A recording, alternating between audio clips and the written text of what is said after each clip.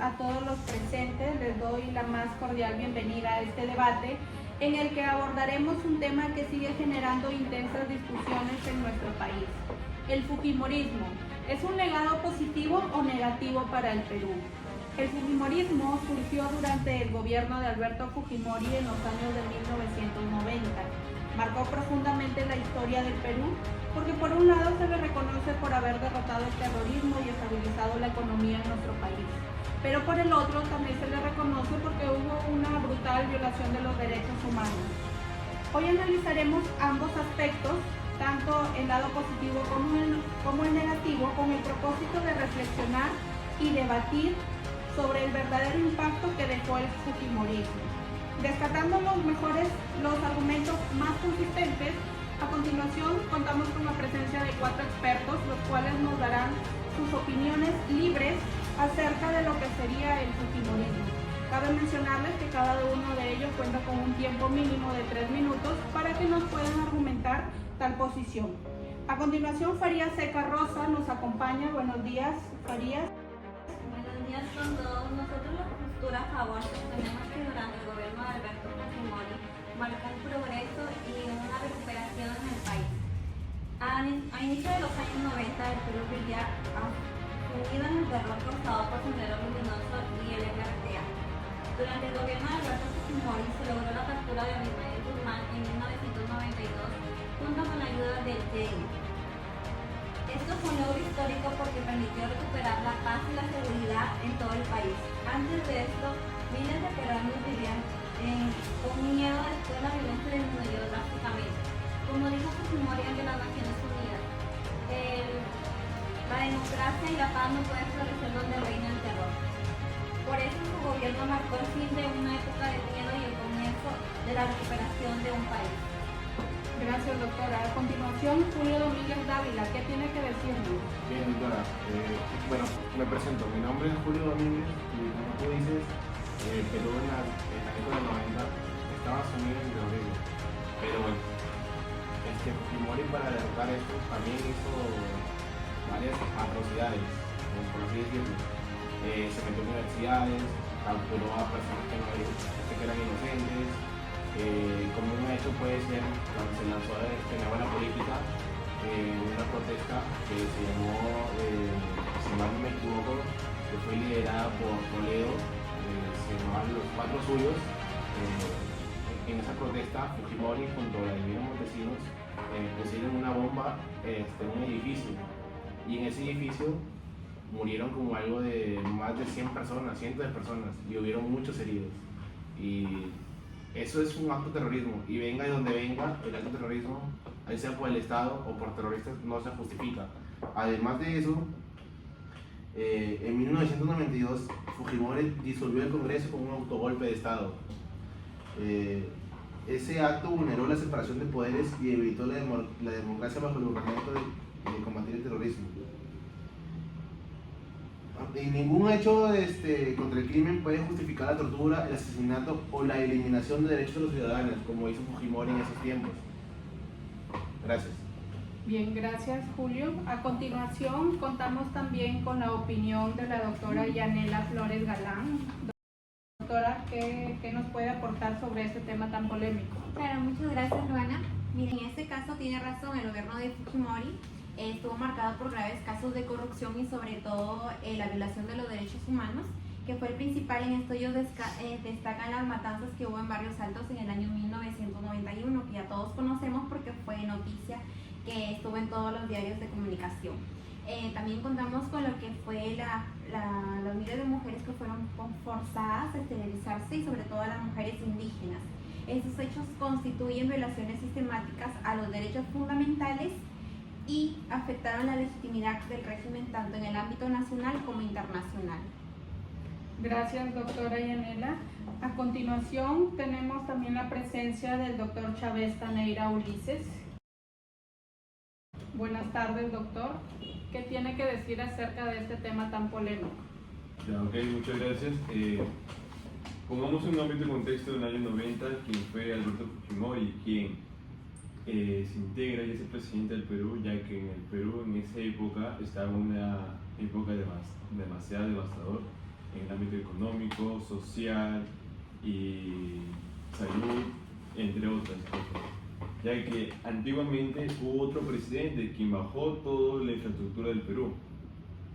Tú bien claro dices sobre los derechos de los humanos, que hubo una violación, claro, es aceptable, pero en ese ámbito digamos que hubo el terrorismo, Sendero Luminoso, el MRTA y Abigail Guzmán, cual no se alineaban por esos derechos, no aceptaba y ni hubo derechos, ya que el presidente antiguo no aceptaba ni hacía nada por ello. Quien vino acá, Alberto Fujimori, en esa época centralizó casi todo, un ámbito así, porque hubo cosas que no iban a favor del país, pero más que todo, en su época de gobierno, ayudó demasiado al Perú, que levantó el nivel económico, ya que estaba por el suelo. Compañero, como dices sobre la economía, aunque el fujimorismo suele atribuirse a la reducción de la pobreza extrema en la década de 1990, este logro debe analizarse con cautela. El modelo económico neoliberal aplicado prioriza la estabilidad macroeconómica sobre la distribución de la riqueza. Como resultado, los beneficios se concentraron en los sectores empresariales y urbanos, o sea, prácticamente los más beneficiados eran los ricos, los empresarios, mientras que los pobres estaban prácticamente igual. La falta de políticas sociales inclusivas limitó la sostenibilidad de los avances obtenidos. El fujimorismo impulsó un modelo económico que priorizó la estabilidad macroeconómica y el control de la inflación, pero lo hizo sacrificando la equidad social y la justicia distributiva. Durante el gobierno de Alberto Fujimori se aplicaron políticas neoliberales recomendadas por el Fondo Monetario Internacional, como la privatización de empresas estatales, la liberación del mercado y la reducción del gasto político. Estas medidas permitieron estabilizar la moneda, atraer inversión extranjera y generar crecimiento económico en sectores estratégicos como la minería y la energía. Sin embargo, estos logros beneficiaron principalmente a los grupos empresariales y a las clases medias urbanas, mientras que las poblaciones rurales y los sectores más pobres quedaron excluidos de los beneficios del desarrollo. La educación, la salud y la protección social fueron debilitadas, aumentando la desigualdad de oportunidades. Además, el empleo precario y la informalidad laboral crecieron debido a la flexibilización del trabajo. Ahora, la conclusión de esto es que los más beneficiados fueron los empresarios, los ricos, hasta por lo mucho la clase media. Los pobres empeoró el trabajo informal, había más informales. Bueno, en estos casos se ve, en estos años se ve que hay mucho trabajo informal, hay mucha inestabilidad económica. Sin embargo, pues el fujimorismo sí salvó un poco la economía, no se puede negar eso. Gracias. Claro, muchas gracias. Más allá ya de las posturas que tengamos a favor e en contra, doctor Ulises, ¿desea agregar algo más? Sí, claro. Con respecto a lo que he dicho, compañero, claro, se entiende, en esa época hubo una macroestructura que ayudaba a Alberto Fujimori, pero tengamos en cuenta que Alberto Fujimori en esa época ayudaba a las zonas rurales, colegios, instituciones de salud y educativos. Aquí en el Perú, pues mayormente en la parte sierra, región sierra, pues, se nota, y actualmente todavía lo hay. Entonces, no digamos que solamente a los ricos, sino que hubo los pobres. Más que todo, hubo también a los pobres, porque en su símbolo, como bien todos sabemos, se puso el chullo. Esa época, pues, digamos, fue su símbolo en ayudar a los pobres. Y no digamos los pobres, porque en general ayudó casi todo el Perú. Pero ¿bajo qué costo lo hizo, amigo? Mire, en la sierra esterilizó a muchas embarazadas, muchas mujeres, perdón. A muchas mujeres hizo que no tuvieran hijos. Se metió a universidades a decir que todos eran terroristas. Aparte de eso, Claro, también hubieron muchos perjudicados en ese tema. Reforzando con lo de mi compañero, hubieron varios programas, como el Pronave, el Vaso de Leche, el Foncodef, programa de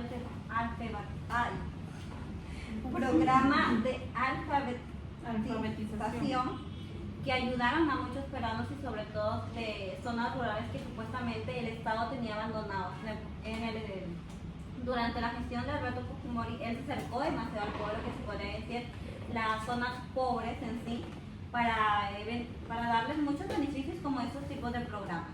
Claro, pero todo eso tuvo un costo porque sin embargo él era la persona que más vulneraba el derecho de todas las personas humanas.